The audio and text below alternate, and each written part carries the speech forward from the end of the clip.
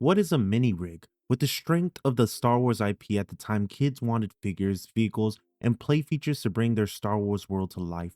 Kenner understood that perfectly. They did what they did best: world building. Mini rigs were described as vehicles that were just out of the sight in the movies, believable extensions of what we saw on screen.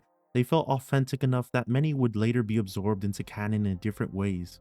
Many of them weren't just scaled down versions of existing vehicles, they were unique designs that borrowed familiar visual language, shapes, colors, and functionality from larger ships and ground vehicles. That design consistency made them feel like real, purpose built machines within the Star Wars universe, each tied naturally to its faction. Let's look back at them and how they contributed not only to the toy line, but to the lore itself.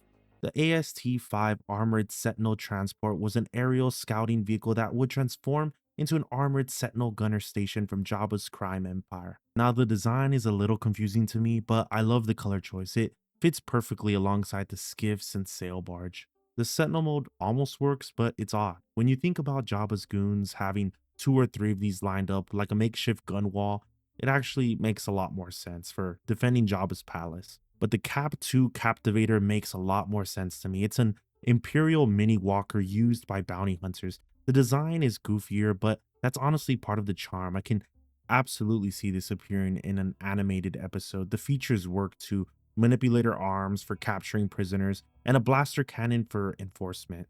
All I'm saying is if Andor can get away with these boots and give us one of the most terrifying prisons, having two of these roaming prison floors would be totally believable.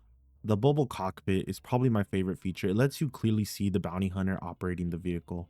The Desert Sail Skiff is another great addition, a very on-theme personal speeder. Every vehicle in Star Wars has an in-universe manufacturer, so of course the creators of the skiff and sail barge would make a cheaper model to sell to bounty hunters and scum alike. And this one is loaded with features: a movable sail, laser cannons, and a retractable plank. It feels like a budget but still dangerous alternative. Next, we have the Endor Forest Ranger, and it has this big wheel look that I love, especially the front opening design. It's very unique. I'm glad they went with a grayish green color scheme. The rotating midsection for the blasters is a great play feature, and now this is one of the first toys where we saw it appear in some form of canon. It's included in the Star Wars Galactic Defense mobile game, which is a really nice touch. The next two go together perfectly and appear in Star Wars multiple times. You have the Ewok Assault Catapult and the Combat Glider. The included rocks look hefty. These things are absolutely smashing Imperial heads, and both function as intended, letting you drop or fire the boulders. These are perfect for an Ewok playset, and multiple catapults lined up would make an amazing display. They appear in Return of the Jedi, the Ewoks animated series, and the Ewok TV movies. And if you guys haven't watched those, they have some great world building. The story is all over the place and it's weird as heck. You have a witch in it, you have some fantasy elements. George Lucas was just going crazy at the time, but a great thing to put in the background. Now, one of the coolest looking mini rigs has to be the Int-4 Interceptor.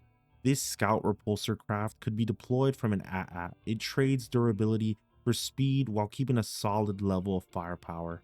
On Hoth, I can easily imagine these hovering over the snow, hunting down fleeing rebels.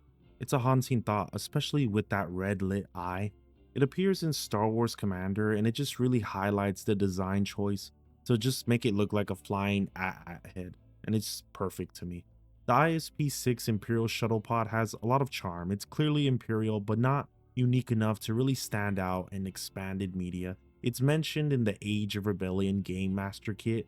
It makes total sense as a quick personnel transport for Imperial officers, not something I'd need on display, but for a kid wanting Palpatine a ship, this would have been a low-cost must-have, the true purpose of why mini rigs were made.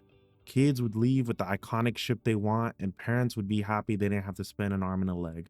Going back to top tier mini rigs though is the MLC-3 Rebel tank, described as being used on Hoth. It pairs perfectly with the Int-4. The dome top pieces just tickle my brain the right way, and the front mounted laser makes it look like a serious powerhouse. It's a great looking mini tank and an excellent addition in Rebel ground vehicles. It appears in comics, Star Wars, Galactic Defense, and Force Arena. The PDT-8 Personal Deployment Transport is a world building vehicle. It's one of the few mini rigs that can hold two figures, which already makes it a standout.